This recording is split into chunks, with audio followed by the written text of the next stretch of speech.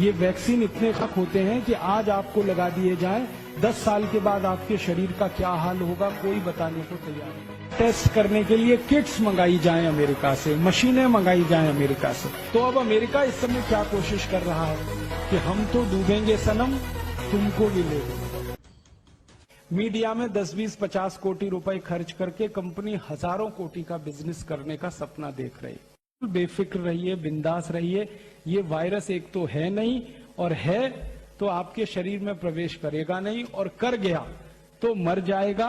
इसलिए आप मत घबराइए, आप मत डरिए। और आप घबराना बंद कर देंगे, डरना बंद कर देंगे, तो आप दूसरों को ये बात कह सकेंगे, वो भी घबराना बंद कर देंगे, डरना बंद कर देंगे। हमारे देश की सरकार चलाने वाले नेता और मंत्री, उनको इस तरह की बल्क परचेज करने में करोड़ों रुपए की रिश्वत होती है। जब वो उस कंपनी को प्लेस करते हैं ना ऑर्डर, उन्होंने 10,000 कोटि का ऑर्डर दे दिया, तो इसमें से कम 1000 से 1500 कोटि रुपए मंत्रियों की रिश्वत का फिक्स हो जाए। इसलिए सरकार का इंटरेस्ट है कि ये दवा मंगाई जाए। अभी चर्चा ये चल रही है कि हर एयरपोर्ट पे मशीनें लगाई जाएंगी, उनमें से आदमी को गुजार कर टेस्ट करेंगे। वो मशीनें लाखों करोड़ों रुपए की हैं, तो उनका ऑर्डर किसी कंपनी को दे दिया सरकार ने। उस ऑर्डर का 10%, 15% मंत्रियों को मिल गया हिस्सेदारी के रूप में, अधिकारियों को मिल गया। तो सरकार का वेस्टेड इंटरेस्ट ये होता है कि खूब रिश्वत इस तरह के कामों में मिलती है। मैं आपको एक पुरानी जानकारी देता हूं। आपको याद है 14 साल पहले सूरत में एक अफवाह उड़ी थी कि प्लेग आ गया, प्लेग आ गया, प्लेग आ गया, याद है? उसका दुष्परिणाम क्या हुआ कि पूरे सूरत की टेक्सटाइल इंडस्ट्री बंद हो गई, पूरे सूरत की। 14 दिन तक सूरत में एक कारखाना नहीं चला, एक पैसे का प्रोडक्शन नहीं हुआ, सारे कारखाने ठप हो गए। मजदूर भागकर सब अपने गांव चले गए, क्योंकि सबको दहशत और डर बैठ गया। उतनी देर में परिणाम क्या निकला? भारत में कपड़े की कमी आ गई। तो सरकार ने क्या किया? परदेशी कंपनियों को कपड़ा भारत में बेचने का ऑर्डर देना शुरू कर दिया। तो परदेशियों का अंधाधुंध कपड़ा बिका। और उसके बाद 14 दिन के बाद फिर खबर आई कि प्लेग नहीं है, प्लेग नहीं है। वापस लोग आए, लेकिन वापस आने में 6 महीने लग गए और फैक्ट्री चलाने में 6 महीने लग गए। 6 महीने तक भारत का बाजार विदेशी कंपनियों ने कपड़े से भर दिया और पूरे खेल में 14,000 कोटि का नुकसान भारत देश को हुआ। ये 14 साल पहले सूरत में हुआ था। फिर बाद में वैज्ञानिकों ने जांच की तो पता चला कोई प्लेग नहीं था, सिर्फ अफवाह थी। और वो अफवाह उन कंपनियों ने फैलाई थी जिनको भारत में कापड़ बेचना था। यही खेल अभी हो रहा है। और अभी खेल क्या हो रहा है? पुणे कितने दिन से बंद है? 8 दिन हो गए। पुणे में एक दिन की गतिविधि जो चलती है, जिसको अंग्रेजी में हम सब ट्रांजैक्शन कहते हैं, कितने करोड़ का होगा? 500 कोटि।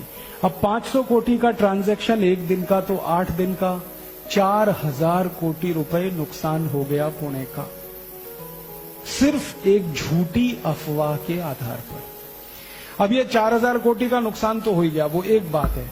अब वो कंपनी यहां जब दवा बेचेगी और वैक्सीन बेचेगी तो पुणे का और 10,000 कोटि का नुकसान होगा, क्योंकि हम वैक्सीन खरीदेंगे, दवा खरीदेंगे। पैसा उस कंपनी के हाथ में क्या है?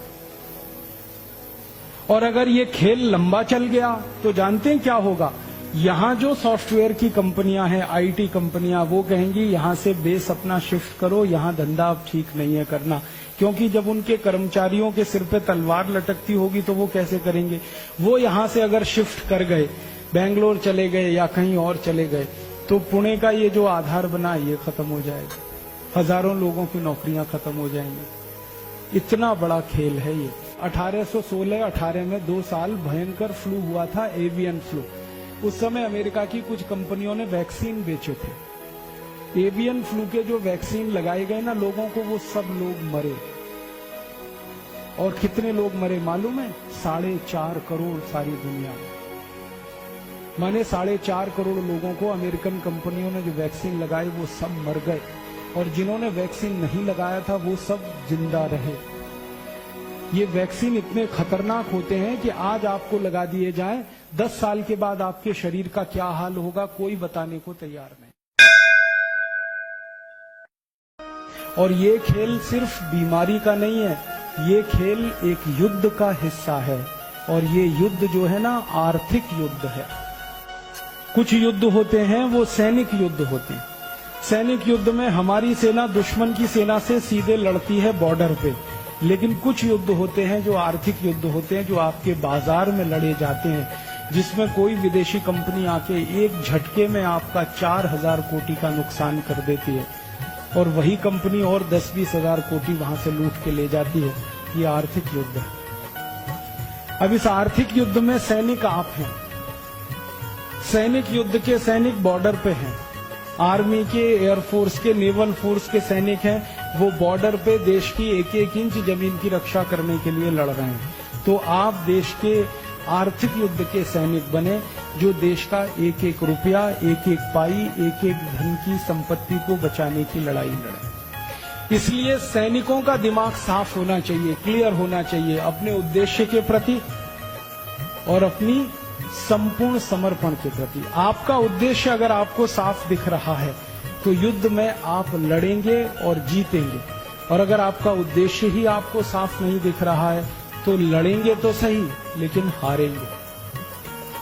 इसलिए ये आज का कार्यक्रम रखा गया कि ये आर्थिक युद्ध भारत के खिलाफ शुरू हुआ है और इस युद्ध में बड़े बड़े लोग शामिल हैं।